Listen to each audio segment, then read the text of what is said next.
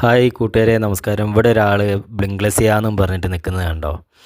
ഒരു രക്ഷയില്ല. ഞങ്ങൾ നടക്കാൻ ഇറങ്ങിയതായിരുന്നു രമ്യക്ക്. ഒന്ന് നടന്നാൽ കുറച്ച് കൈയും കാലിനൊക്കെ ഒരു ആയാസം കിട്ടുമെന്ന് പറഞ്ഞിട്ട് നടക്കാൻ ഇറങ്ങിയതാണ്. അപ്പോൾ പെട്ടെന്ന് അടിപൊളി ഗംഭീരമായിട്ടൊരു മഴ പെയ്തു കേട്ടോ. അടുത്ത് കാണുന്ന വീട്ടിലേക്ക് ഞങ്ങൾ ഓടിക്കയറി.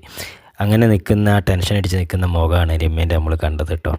ഞാനാണെങ്കിൽ അതൊക്കെ ആസ്വദിച്ചൊരു വീഡിയോ ഒക്കെ എടുത്തുകൊണ്ടിരിക്കുക, ഇന്നത്തെ കണ്ടൻറ്റ് കിട്ടിയെന്നുള്ള ഭാവത്തിലും. അടിപൊളി മഴയായിരുന്നു. അടിപൊളി മഴ എന്ന് പറഞ്ഞാൽ അടിപൊളി മഴ. പെട്ടെന്നാണ് അന്തരീക്ഷം മാറിയതും. അടുത്ത് കാണുന്ന വീട്ടിലേക്ക് ഞങ്ങൾ ഓടി കയറുക കേട്ടോ ചെയ്തത്. ഇവിടെയാണെങ്കിൽ ആൾക്കാർ പുറത്തേക്ക് വന്നിട്ടൊന്നുമില്ല.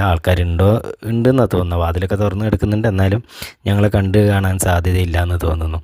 പച്ചക്കറിയൊക്കെ നട്ടിട്ടുണ്ട്. തക്കാളിയെല്ലാം നല്ല കൃഷിക്കാരാണ്. തക്കാളിയെല്ലാം ഇവിടെ കാണുന്നുണ്ട്.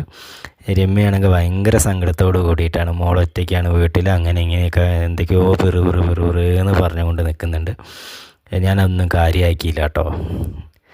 അടിപൊളി മഴ എന്ന് പറഞ്ഞാൽ അടിപൊളി മഴ. അങ്ങനെ കുറേ കാലത്തിന് ശേഷമായിരിക്കും ഇങ്ങനെ ഞങ്ങൾ ലോക്കായി നിൽക്കുന്നുണ്ടാവുക.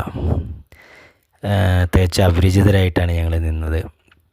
ഞാനാണെങ്കിൽ ഇതെല്ലാം ആസ്വദിക്കുന്നുണ്ട്. കണ്ടോ എൻ്റെ ബേക്കിൽ രമ്യ നിൽക്കുന്നത് കണ്ടോ, ഭയങ്കര ടെൻഷനിലൂടെ പെറു എന്നാണ് പറയുന്നത്. ഇടി വെട്ടുന്നുണ്ട്, മോളൊറ്റയ്ക്കാണ്, അങ്ങനെയാണ് ഇങ്ങനെയാണ് എന്നൊക്കെ പറയുന്നു.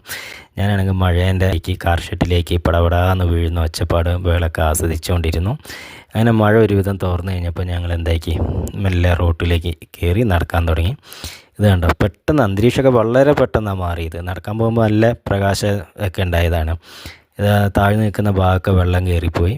രമ്യ അങ്ങനെ അതൊക്കെ ആ വെള്ളക്കെട്ടൊക്കെ തരണം ചെയ്ത് നടന്നു വരുമ്പോൾ മോള് എത്തി കുടയും കൊണ്ട് ഓടി വന്നു.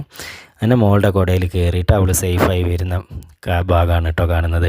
അങ്ങനെ ഞങ്ങളെല്ലാവരും ഞങ്ങളുടെ ക്വാർട്ടേഴ്സിലേക്ക് എത്തി. Bye bye. അടുത്ത വീഡിയോ ആയിട്ട് വീണ്ടും കാണാം കൂട്ടുകാരെ.